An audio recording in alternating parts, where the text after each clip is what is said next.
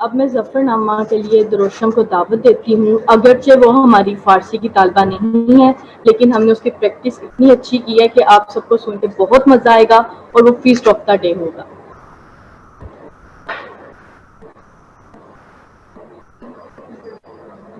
مات قائم کریم، کمال کرامات قائم کریم، رضا بخش و رازق رہا کن رحیم، اما بخش بخشندہ و دستگیر، خطا بخش روزی دہو دل پذیر،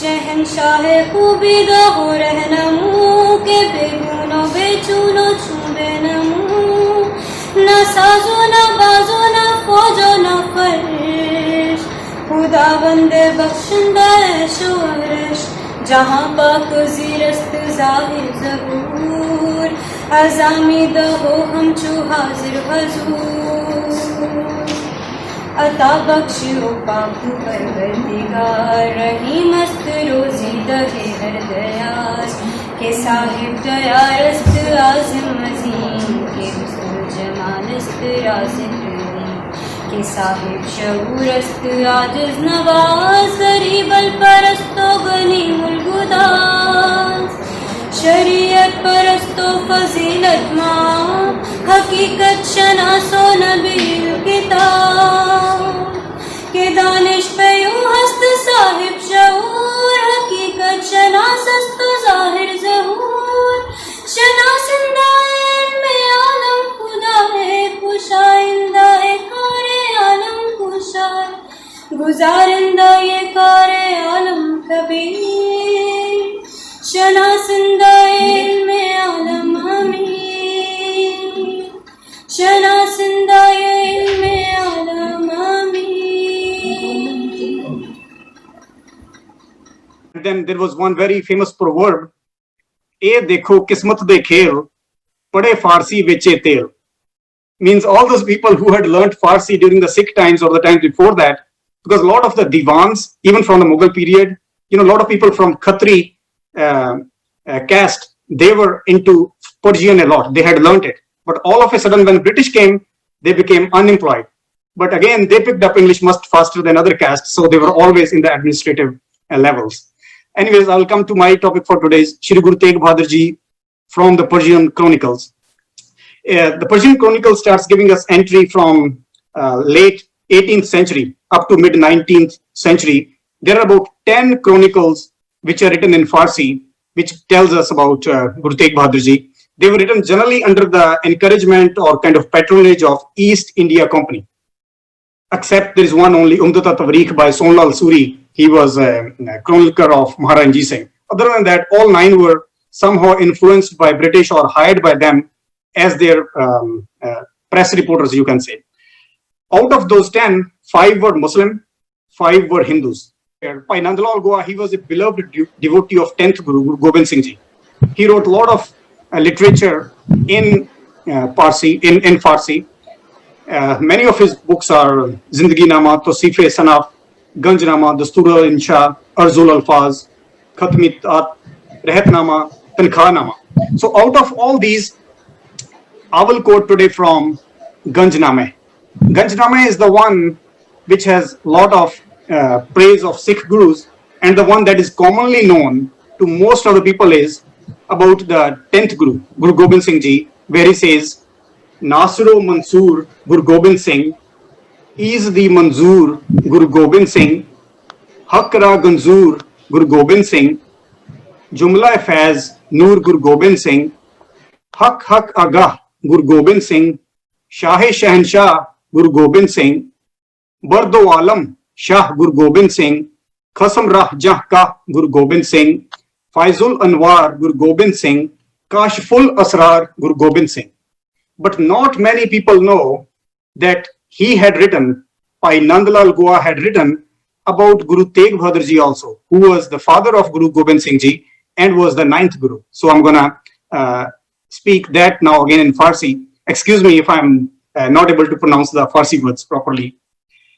Guru Tegh Bahadur an sarapa afzal, zinat arai mehfil jaho jalal, انوار حق اج وجود پاکش روشن ہر دو عالم جی فیض فضلش روشن حق از ہما برگزیداں بگوزیدش تسلیم و رزار نکو سنجیدش برخر مقبو قبول خود افزدش مجدود دل عالمی زی فضل خود فرمودش دست ہماگاں بزفیل افضالیو برسر انوار علم حق کالیو.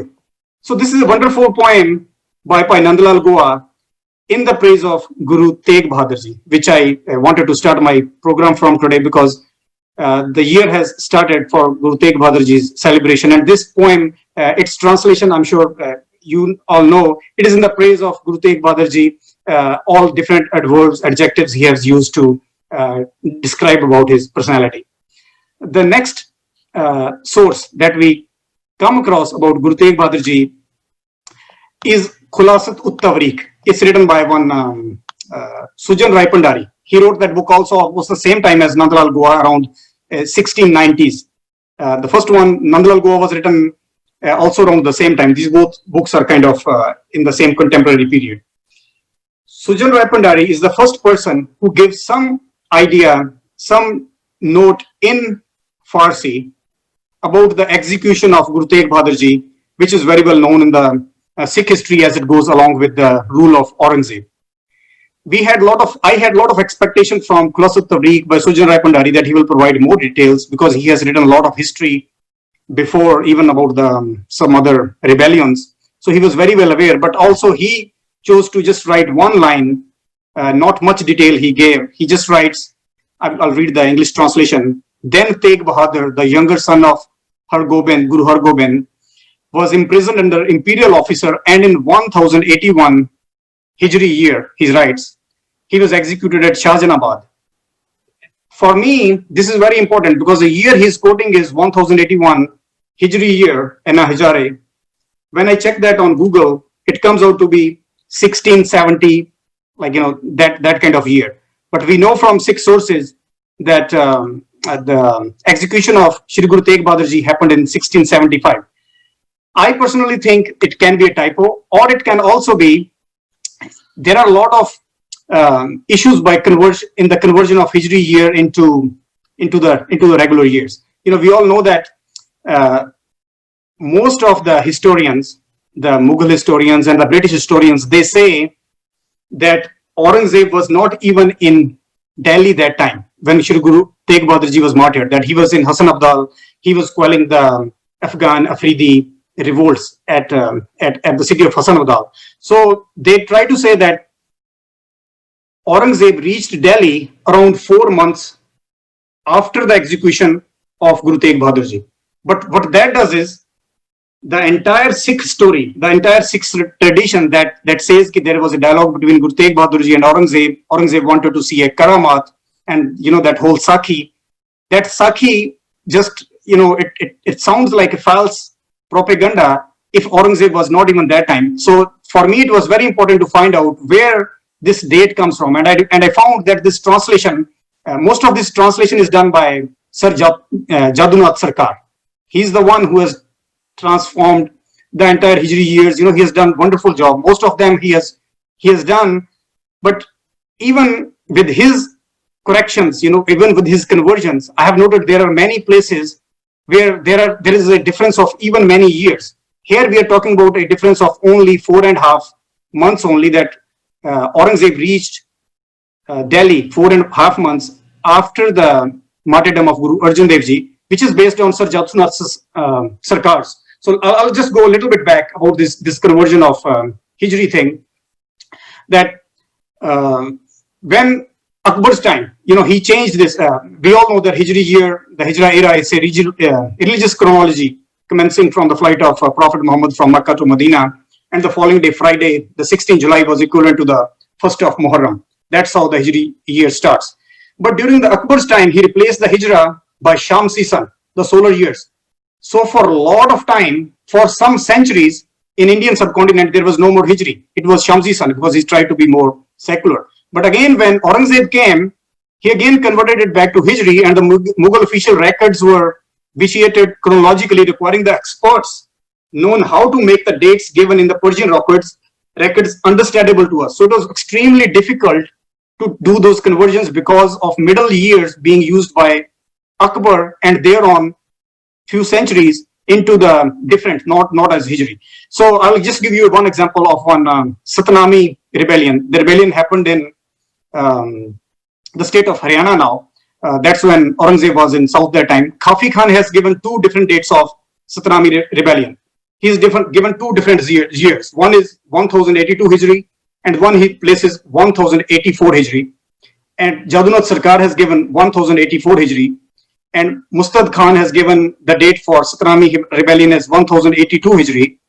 And then there is a Portuguese contemporary authority, Ormes, that tells that Aurangzeb marched against Satnamis as near as we can combine in April 1674.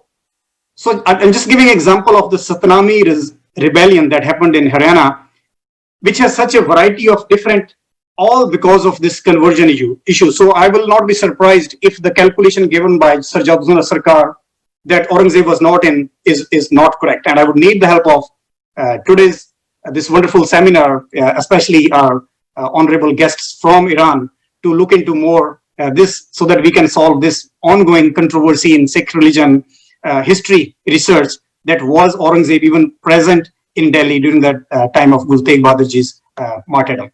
Okay, so that was my second chronicle that I quoted, Khulasat Tawariq. The third one, important one, is Bhimsen's Nuskha-e-Dilkusha. That's written in 1709. Bhimsen was the officer of Dalpat Rao Bundoila, who died at the Battle of Jejau in June 1707.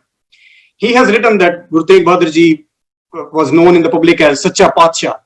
That's why Aurangzeb called him to the court, and then as he could not show any karamat, he was executed. And he also writes that Guru Tegh Bahadurji had chosen the path of rebellion.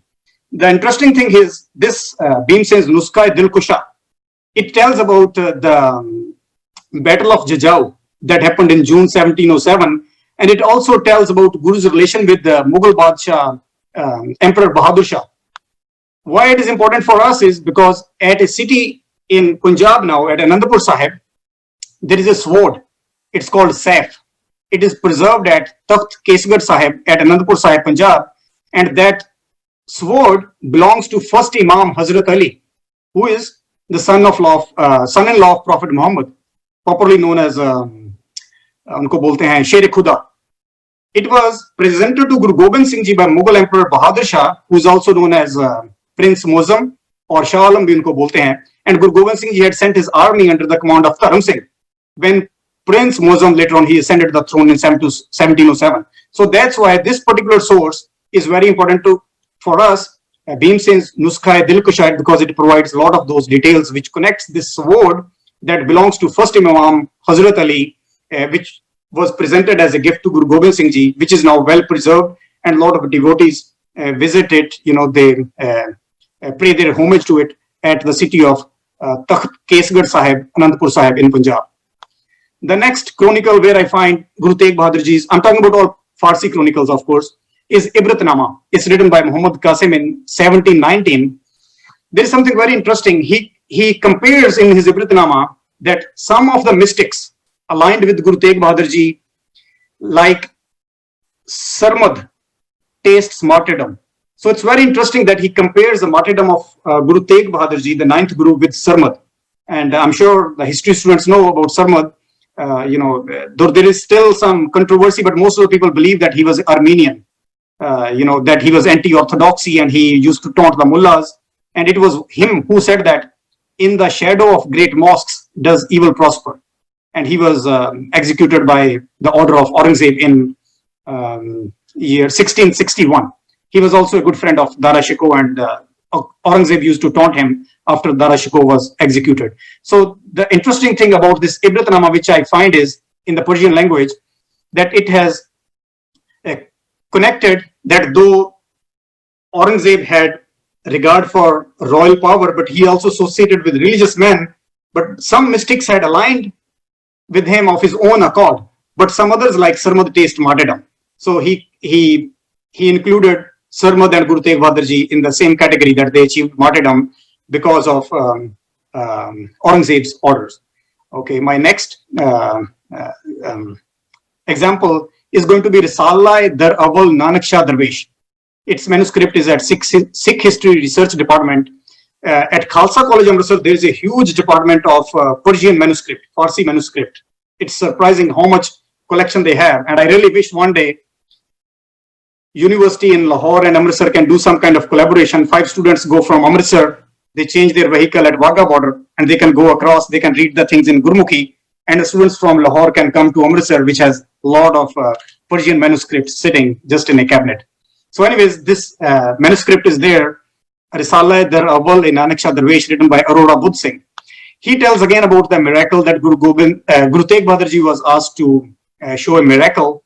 And when Guru Sahib said that no, he's just made a devotee of God, then Emperor ordered his execution. The next Persian chronicle which I come across is by Khushwaqt Rai. I had a chance to research this. Khushwaqt Rai's, the name of the book is Tavrikh Sikha Mulk Punjab Malwa. When I was writing the chapter about village Mohammadipur, it's in Kasur. I built a big chapter on that that village there, though there is no Gurdwara.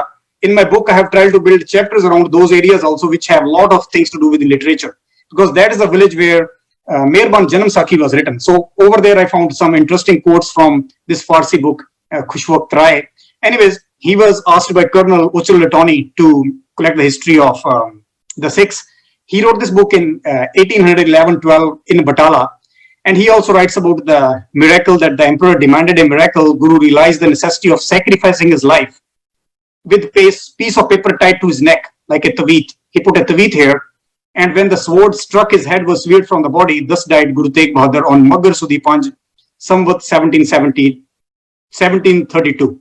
So now here about the miracle, as I was discussing a couple of days ago with Lamba Sahib also. With the miracle, Aurangzeb is known to have, been inviting the people to show some miracles. He had a lot of interest in it. As we know in Sufian tradition, Ilm al-Fuzat, it's like Mu'jiza, which is revealed by the Pegambars. And then Karamat, which is to be revealed by the Awliya. And then Maunat, which is by Majbuba and Diwanas. And then Isdiraj, for those people who are out of the Iman. So these are the certain, just in the Sufian traditions, these are some things that people are asked to show some kind of superhuman powers based on these categories that I just mentioned. And Guru Tegh Bahadur Ji was also called to show something like this, which he did in his own way. That's what I will discuss in the next few entries. The next entry is very interesting, Bakhtamal's Khalsa Nama. It is written in 1814. Why it is very important for us is because when I see this book here, this is Dictionary of Islam, very, very prominent book. This was written in the year 1886 by Thomas Patrick Hughes. So when we see this book, and I was just checking about any entry about Guru Tegh Bahadur Ji in the Dictionary of Islam, and now imagine all the ICS officers, British, must have read this. What he's writing is about Guru Tegh Bahadur Ji's martyrdom. He's writing, Tegh Bahadur was at length arrested, and the emperor is stated to have endeavored earnestly to bring him over to the pure Muslim faith. But when he proved obdurate, he was thrown into prison, where long continued cruelty induced him to command a Sikh who was with him to cut off his head. And when I read it in this book, I was very surprised because we had never heard this before, that Guru Tegh Bahadur Ji asked his own Sikh to cut off his head. But now when I was researching, since this, I was told, by Dr. Sandhu to make a presentation for Persian Chronicles, I found this very interesting Bakhtamal's Khalsa Nama. In this, that's where it writes, and again, I have taken help of my staff. By the way, here I would like to say my thanks to my staff, my team. I'm a dentist basically, but my lot of staff members are from Iran, Afghanistan, Pakistan. So my sincere thanks to Afsoon Hashim Shah, Sanaz Mujtabawi, Dr. Khurosh Hatami, and my friend Hamayu Farasat. He was my dentist friend. He now is in Tehran. So who has been helping me in the last few weeks to read these in the original so that I can compare with the translations. So So that's why I keep saying sorry if I can't pronounce it. It's wrong. I have been practicing in the last few weeks. So this is what Khalsa Nama is writing about that particular line which we found in that thing. Sikhiyan Guand Jalad Rah Magdur Nashud ke dast be gurd resanad befarman gurd Sikhi ke haze rol khidmat bud sarash aztan bardasht. Means the translation comes like this, that the Sikhs maintain that the Jalad could not, that the executioner, he could not get a chance to strike the Guru. On Guru Tegh Bahadur's own suggestion, a Sikh who was present there separated the Guru's head from the body. This is very important because we find this from that Persian chronicle. And of course, when it reached the Persian chronicle, this Khalsa Nama, this is written in, let me check the year here, 1814, and this Dictionary of Islam is written in 1886. So in about 70 years, the story changed a little bit as it happened. So, but that's where I think the source of this story is Bakhtamal's Khalsa Nama. Anyways, he also gives very interesting thing that I again found in the Persian also. He tells about that after the execution, after the martyrdom of Guru Tegh Bahadur Ji, the place in Delhi, Sardar Baghel Singh, when the Sikh time came, during the Sikh period, Sardar Baghel Singh, I'll just speak the translation now to make it fast, otherwise I will take too much time. Sardar Baghel Singh persuaded Ali Gauhar to grant the revenues of Pipli village attached to the territory of Delhi for maintenance of this place where Guru was martyred. He himself granted a daily allowance of 1 rupee for the said purpose, and this grant has been remaining intact by the time he wrote the Khalsa Nama. So there is very important entry about Sardar Baghel Singh, which I again found from that Farsi source. And the next one is very interesting, very controversial. Lot has been said about this particular book by Ghulam Hussain, Siyarul Mutakhirin. This is the book that was again written, Sayyid Ghulam Hussain Tabata Bai. He was encouraged by the East India Company to collect relevant information.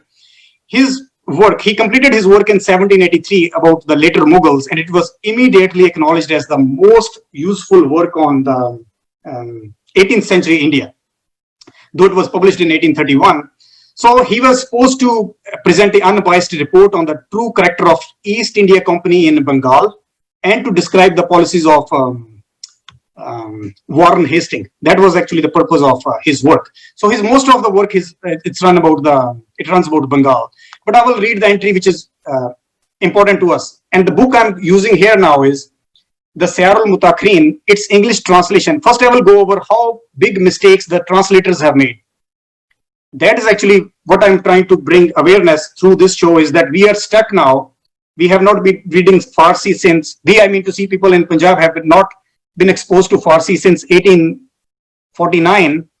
So we have to rely a lot on other people, and who also are not available, because the new Farsi reading students in Iran or Afghanistan, they are also having hard time in reading this old ancient Indo-Persian scripture. And this person whom I'm going to quote now is John Briggs.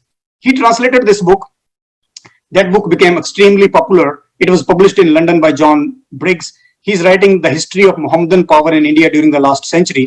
And let me check when he published it in Madras on 30th May 1831. What he writes about Guru Tegh Bahadur Ji is that finding himself at the head of so many thousand people, he aspired to sovereignty and united himself to one Adem Hafiz, a Muslim Darwesh of fraternity of Shah Ahmad Sirhandi. These two persons no sooner saw themselves at the head of many followers, and what he writes is very interesting in English translation, that says they began to plunder and to lay waste the whole province of Punjab.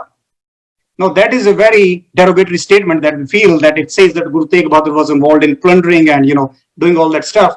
But when I read it, I had my staff, my friends read this in the actual Farsi language. It's still written negative way, but it's different than plundering. So let me read that line here. It says in Farsi, Hafiz Adam Name Fakiri az Firqae Murida Sheikh Ahmad Sirhindi Jamae Kasir ba Murid wa Paryabi Khud ba Ham Rasanida Har Dokas Shiave Aks Wajah ba Jabir wa Tahadut Ikhtiyar Namuda Dur Mulke Punjab Mai Gardidan. So he is trying to, in my opinion, what he is trying to, when I get this translation again and again with the help of my friends, the more translation, it comes more like, like coercion or extortion, like trying to get something forcibly, which is also negative. But we know that a lot of historians have, non-Sikh historians have written, when the Sikhs go to Gurdwara or go to Guru, they kind of put some money there. It's like a daswand. They do it voluntarily. They are not asked, they are not forced. But that's where the author is writing, but the translator did a big blunder in, I don't know where he brought this word, plundering, and which was picked up by a lot of historians later on. I saw it even by Sikh historians, who even added more negative adjectives to it, and it just continued. But I find the root cause of the problem right here in that original translation by Briggs. And another thing, this Mr. John Briggs, he very conveniently forgot to add the line which is written in Sirarul Mutakrin by Ghulam Hussain. He says in the same paragraph, in the next line, which I don't find in the English translation book, it says, Amah Humraihan Teg Bahadur Bah Tawri Fakira Me Gardan Didan Salah wa Yarak Bastan Darbayen Shan Mamul Nabud. Means the followers of Guru Tegh Bahadur Ji used to move more like fakirs. It was not habit of them to wear arms. So this totally, it kind of contradicts himself when he is writing in his book that, he was punished by Aurangzeb because of his friendship with Adim Hafiz, and they used to do these kind of illegal acts. Because he himself is writing this in his last line, which I would like to repeat it, because it's not in the English translation. I just found it in the original Farsi script. Amah Humriyan Teg Bahadur Bah Tawri Fakira Me Gardar Didan Salah wa Yarak Bastan Dar Bayen Shan Mamul Nabud. All right, so I'll go to the next chronicle now, which is Umdat al-Tawrikh by Sonlal Suri. He was a chronicler of Maharana Ranjit Singh, Khalsa period time. Entire work is written in Farsi. He's written something very interesting, which I found. When he was asked by Aurangzeb, according to this book, Umdat al-Tawrikh, he says that my name is not Tegh Bahadur, because Tegh means sword. And the Sikh tradition says it was the title was given to him when he had shown bravery during his teenage years by his father Guru Har Gobind Ji. So Guru said to Aurangzeb that actually his name was Tegh Bahadur, but the people are wrongly pronouncing it. And he further amplified that it was from the open kitchen, the langar. Because of that, they are saying Tegh, that is actual name to him. But also it's interesting that even when I have interest in reading Mughals history, a similar tradition is associated with the Aurangzeb also in the June of 1633, when Shah Jahan was watching a fight between two enormous imperial elephants, Sudhakar and Surat Sundar. Sudhakar had gone crazy and he started charging at the people. At that time, Aurangzeb had kind of stopped his attack with the help of his Neja, with the help of his own weapon. Aurangzeb was a teenager, and it is said that he was also given the title of Bahadur that time. So I find this very interesting, how the same name is connected with Guru Tegh Bahadur Ji and Aurangzeb. And my last one here is Tarikh-e-Punjab by Ghulam Muhyiddin Bhute Shah. It has very detailed account, again in Farsi. It tells of Ram Rai's story. In my book, I have written a special chapter on Ram Rai's Chubacha, which is in Tarampura area of Lahore, just trying to raise awareness about the Farsi-related places. And so I built a big chapter on that place, Chubacha, Ram Rai. It is in Tarampura. So this one is, I had his opportunity to research about Ghulam Muhyiddin Bhute Shah's Tarikh-e-Punjab for that. He's the one who writes about the Dushala story and the Shepherd story that we read about Guru Tegh Bahadur Ji's arrest at the city of Akbarabad. And the last one is Akbarat Darbar Mola. This is the one, this is just, I just want to quote that, a lot of people have questioned regarding Guru Tegh Bahadur's name, and I found this one entry in this Persian newspaper. It is written on 25 Rabi'a ul Awwal. It is which comes out to be 1710. It says that Guru Nanak at the, I'll just say it in Urdu here, Guru Nanak ki gaddiyon ke upar baithe Tyagmal ji Assam में महाराजा राम सिंह के साथ सन और उनके बाद गुरु गोबिंद सिंह जी उनकी गद्दी के ऊपर नशीन हुए. Means he is writing the name in this Farsi chronicle. He is a you can say Mahkama Wakaya Nigari or Akhbari Navis. They were recruited by Aurangzeb to send the messages. And this is what he's writing, that at Guru Nanak's Gaddi, it was Tyag Malji. That's what the name he writes, which many Sikh tradition also say that Guru Tegh Bahadur Ji's name in childhood was Tyag Malji, which later on he was given the title of Guru Tegh Bahadur. So that concludes my talk for today. I have a lot more to cover, but I understand the time constraint, and I'm really sorry if I have said or I pronounced the Farsi pronunciation wrong. Thank you so much. Really appreciate the opportunity. Thank you, Dr. Saab. I really appreciate your Persian language. You can speak Persian better than me. I wish, I don't know. Thank you so much. So, I'm really thankful to Dr. Sindhu also that he introduced you to me, and I am really inspired by your research, and I want to express my special thanks to you, and especially your research about the Persian language and literature.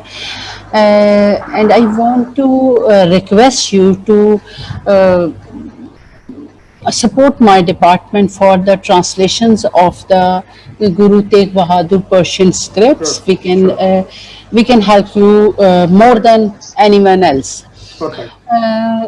मैं थोड़ा सा उर्दू में भी अपनी audience से ज़रूर कहना चाहूँगी कि आपने एक बहुत अच्छी हमें अपॉर्चुनिटी के बारे में बताया, जो आप बता रहे हैं कि गुरु तेग बहादुर सिंह जी का जो 400 इयर्स का एक सेलिब्रेशंस होने वाली हैं, तो Persian department Lahore college for women university आपको इस सिलसिले में बहुत हेल्प कर सकती है, और स्पेशली हमारे डिपार्टमेंट की स्पेशलिटी ट्रांसलेशन स्टडीज़ है.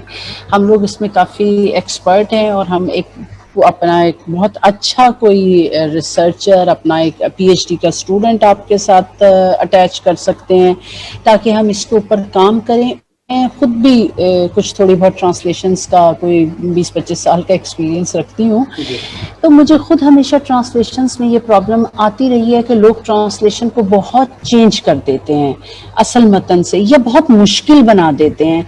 इतनी मुश्किल उर्दू लिखते हैं कि वो आप उससे बेहतर है कि पर्शियन ही पढ़ लें. तो इसमें हम आपको बहुत अच्छी हेल्प कर सकते हैं. नेक्स्ट ईयर इंशाल्लाह हमारी यूनिवर्सिटी के भी 100 इयर्स पूरे हो रहे हैं, तो ये बड़ी अच्छी बात होगी कि अगर हम अपने 100 इयर्स के साथ आपके गुरु तेग बहादुर सिंह जी के 400 इयर्स की सेलिब्रेशंस को एक जगह इकट्ठा करें, और इसके ऊपर कुछ अच्छा सा रिसर्च वर्क हो, कुछ अच्छी ट्रांसलेशन हो. मुझे बहुत आपकी जो स्पीच थी, हमने उससे खुद बहुत सीखा. मुझे खुद ज़ाती तौर पे नहीं पता था कि तेग बहादुर इतना उनका पर्शियन का काम कर रखा है, और जितनी अच्छी चीज़ें आपने हमारे साथ इंट्रोड्यूस की, और जितनी खूबसूरत फ़ारसी आपने बोली, ये यकीनन हमारे सबके लिए बड़ी ही इंस्पिरेशन है, और हमारे स्टूडेंट्स के लिए है कि आप इतनी अच्छी बोल सकते हैं, तो ये क्यों नहीं बोल सकते, इन्हें तो आप बहुत ज़रूर बोलनी चाहिए. थैंक यू डॉक्टर साहब. इंशाल्लाह नेक्स्ट हम आपके साथ ज़रूर जुड़े रहेंगे, और नेक्स्ट हम अपने बाकी जो इस हवाले से वेबिनार्स करेंगे. ये हमारा पहला तजर्बा है ऑनेस्टली, तो इसको हम बड़े पैमाने पे इंशाल्लाह करेंगे, और ज़्यादा लोगों को इनवाइट करेंगे, और ज़्यादा दो दिन या 3 दिन आप लोगों से इस्तेफादा करेंगे. Thank you sir. Thank you so much. Thank you, really appreciated. मैं तो आपका बहुत ही थैंक्स कर सकता हूँ कि मुझे ये मौका मिला है. और रिगार्डिंग ट्रांसलेशन में आपको ये बता दूं, मेरा खुद का तजर्बा है कि मैंने अपनी बुक है पाकिस्तान की सिख गुरुद्वारास की, मैंने उर्दू में ट्रांसलेट की हुई है. बट द प्रॉब्लम इज कि जब आप उर्दू में करते हैं तो इंडिया में उसका रीडर नहीं होता, पाकिस्तान में कोई पब्लिश नहीं करना चाहता क्योंकि वहां पे सिख नहीं है. सो जो मेरे जैसे लोगों का काम है, जो बियॉन्ड द बाउंड्रीज चला जाता है, उसको कहीं भी कोई खरीदार नहीं मिलता है. सो आई रियली अप्रिशिएट कि आप मुझे चलो थोड़ा हौसला दे रहे हैं. So we need academic institutions to come and help us, and we can solve a lot of mysteries or controversies in the Sikh history world now. Thank you. Thank you sir. इंशाल्लाह हम इसमें आपके साथ बिल्कुल शामिल रहेंगे, और हमारा अपना एक रिसर्च जर्नल है जो पर्शियन में है और HEC रिकग्नाइज्ड है.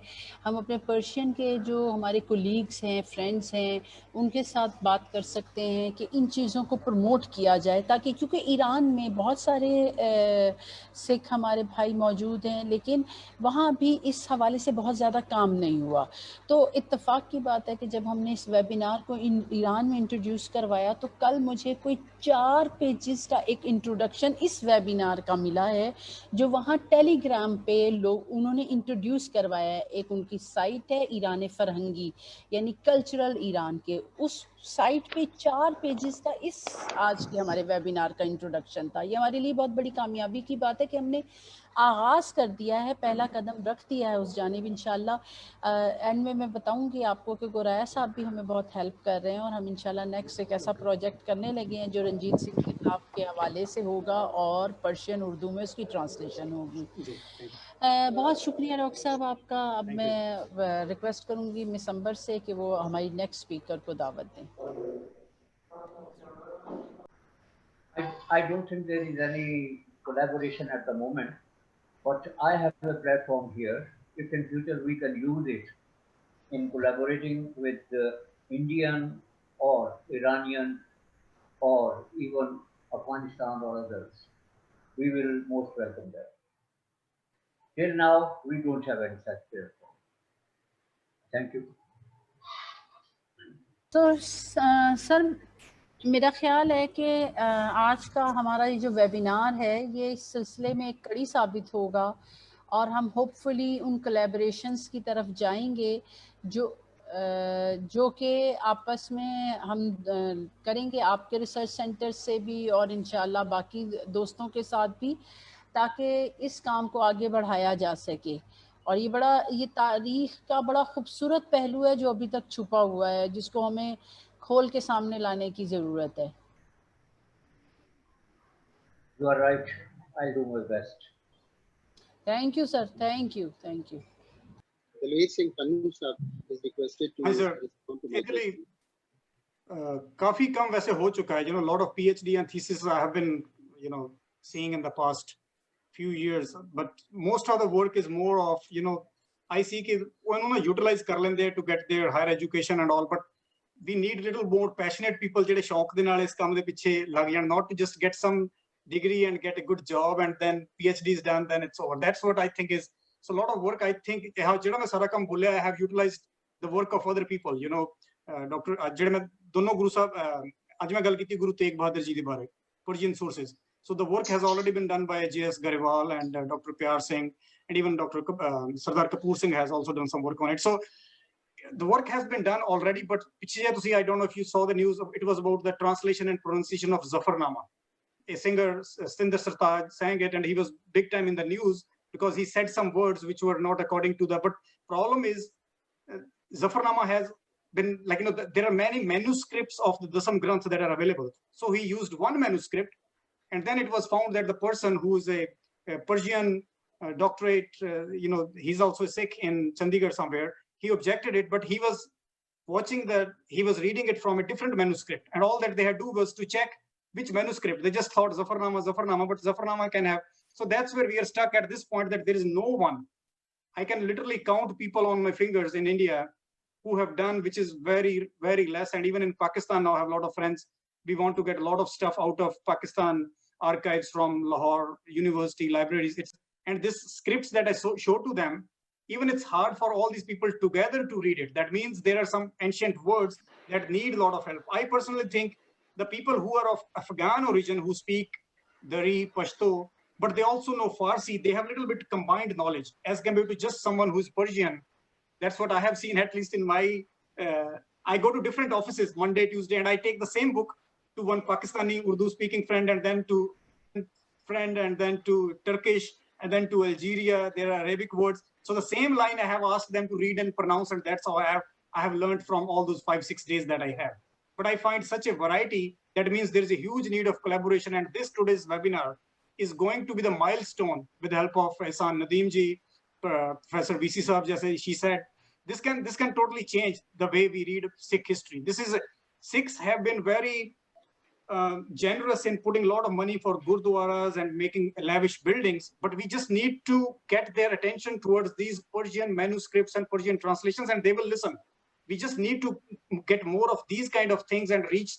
I will share a lot of this today's program and see that there are academic people who are given opportunity to me like I'm no one. You're giving me opportunity. That is a big thing. I see it as a big regard that you guys are giving. So thank you so much. گفت آنکھ یافت می نشود آنم آرزوست.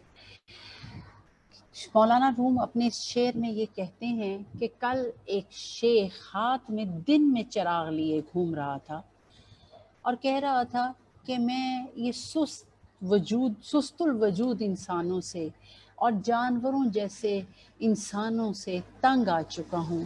مجھے تو رستم دستان اور شیر خدا جیسی شخصیات کی ضرورت ہے. ہم نے کہا کہ ایسے لوگ تو دنیا میں موجود نہیں ہیں. تو اس نے کہا کہ جو لوگ موجود نہیں ہیں میں انہی کی تلاش میں سرگرداں ہوں. آج کے اس ویبینار کا اختتام اس شعر پہ مجھے لگتا ہے بہت ہی صحیح ہوگا، کیونکہ ہم سب نے ایک کوشش کی ہے کہ ایسے انسانوں کی تلاش کی جائے، ایسے کلام کی تلاش کی جائے جو ہمیں ان منازل تک لے جائے جو راہ ہدایت ہے، جو راہ امن و سلوک ہے، جو راہ امن و سلامتی ہے، جو ہیومینٹی کا درس دیتی ہے، جو پیس کا درس دیتی ہے، ہارمنی کا درس دیتی ہے. اور ہمارے یہ جو سکھ شعراء تھے، ہمارے جو یہ سکھ صوفی سنت تھے، انہوں نے پرشین میں وہ باتیں کہہ دی جو رہتی دنیا تک امن کا پیغام پہنچاتی رہیں گی، رہتی دنیا تک علم کے چراغ جلاتی رہیں گی. اور یقیناً ہم اگر ان چیزوں سے جڑ جائیں، اس کلام سے جڑ جائیں، اس علم سے جڑ جائیں جو پرشین لینگویج کے تھرو ہم تک پہنچا، اور جو ہمارے سکھ جو ہیریٹیج ہے اس میں شامل ہوا، یہ ثابت کرتا ہے کہ علم جو ہے اس کا کوئی دین مذہب نہیں ہوتا، وہ ہدایت ہوتا ہے. وہ کسی ایک خاص چیز کو فالو نہیں کرتا بلکہ نئے رستے پرووائڈ کرتا ہے تمام دنیا کے لیے. تو میں امید کرتی ہوں آج کے جو ویبینار ہے یہ انشاءاللہ ایک مائل سٹون ثابت ہوگا، جس کے ذریعے سے ہم بہت سارے نئے علم کے باب واہ کریں گے اور نئی ریسرچ ہوگی. Persian department LCWU under the leadership of professor doctor Bushra Mirza انشاءاللہ اس کام کے فروغ میں ایک مرکز ثابت ہوگا اور بہت ہیلپ کرے گا. میں آپ سب کا ایک دفعہ پھر تہہ دل سے شکریہ ادا کرتی ہوں کہ اب سب اسکالرس نے ہمیں جوائن کیا. وقت کم تھا، آپ کے پاس علم کے دریا تھے، ہم اس سے اس طرح استفادہ نہیں کر سکے، لیکن انشاءاللہ یہ سلسلہ جاری رہے گا. اور ڈاکٹر اختر سندھو صاحب کا بھی بہت شکریہ کہ انہوں نے آج ہمیں ہیلپ کیا آپ سب لوگوں سے ملوانے میں. Thanks a lot and Khuda Hafiz for the next time inshallah. Hope for the best or we will meet soon on line or live inshallah. Thank you. Khuda Hafiz بہت بہت ji. شکریہ. Thank you. بہت Thank you. جی بہت بہت مہربانی. خدا حافظ. رب رکھ. بہت شکریہ. بہت شکریہ.